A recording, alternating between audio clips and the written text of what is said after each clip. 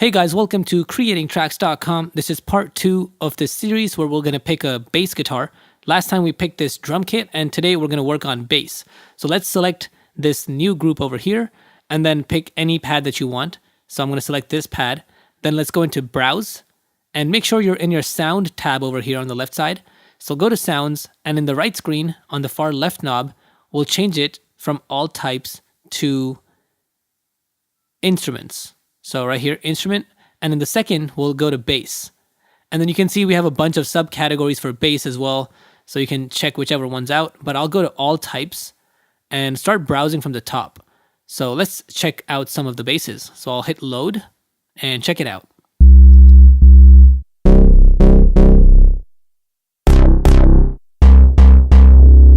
Now, one thing you can notice is that this is only on one pad right now, so I only have one note and no other notes. So if I want to use, let's say I load it on this pad and then here, I don't want to really do that because that's going to load a lot of different instances. Instead, I will go to this pad and then shift and pad mode. And now we're in a keyboard mode for that sound.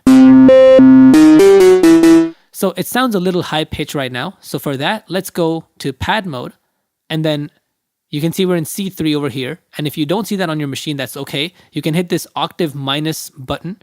So I'll do that and it'll take it down an octave.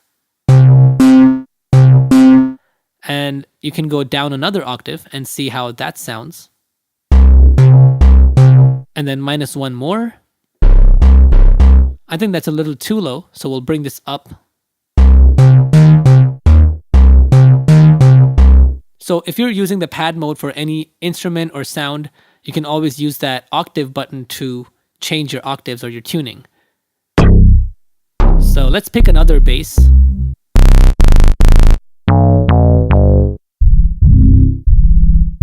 And you can notice that some of these basses sound a little too low. So for that, you can always hold down pad mode and then pitch that up an octave and it'll fix that.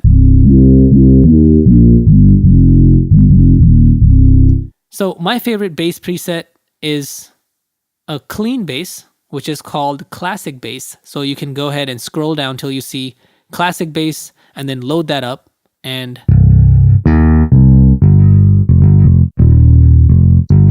so it sounds like a clean electric guitar, which is pretty cool because you can add a lot of effects to it. So let's exit browse mode. Let's exit this pad mode by holding shift and pad mode. So if I play this note, it sounds higher because this note is playing C3. So we'll go pick an empty pad, go to Browse, and I'll pick another bass.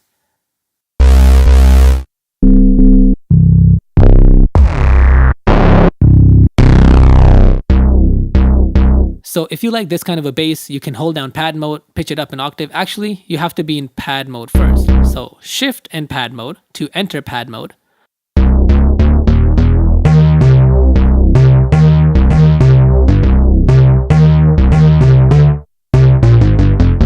So it's already tuned because we tuned our pad mode for this group down to C1.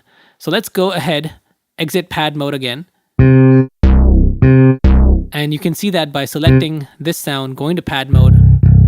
So now we're in this pad mode. What I can do is, if I exit pad mode, whichever sound I select and I hit pad mode, that will be the sound that I'll be able to play. So I'm going to hit Browse and go to my voice settings tab and change it from forward to legato. That way only one note will play at a time, which is what a bass guitar does. Or not really, but in this case, I wanted to play one note at a time. And now what I can do is increase this glide a little bit and see what it does. So it gives a glide to the notes. Now let's take the pitch bend to 12. I'll actually take the glide down to 0.05. And let's go to our pitch gate. We'll change the ADSR. Make sure your release is somewhere below 100 and over 50. So I'm going to keep it somewhere around here. And another thing that you want to do is in your computer, you can go to this icon over here, go into the backside, and you can see we have our saturator and our compressor.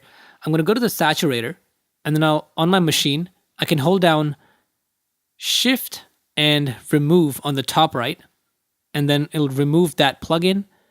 And I could also come over here and right click and just do none.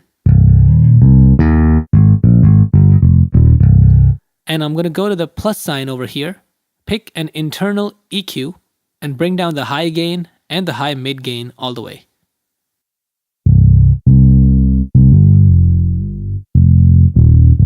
And I want it to sound really deep like this, so I'm going to use these settings, but you can always bring those up and make it brighter. And then we can go to plus and then add a saturator. And I'll bring down the drive and the input a little bit.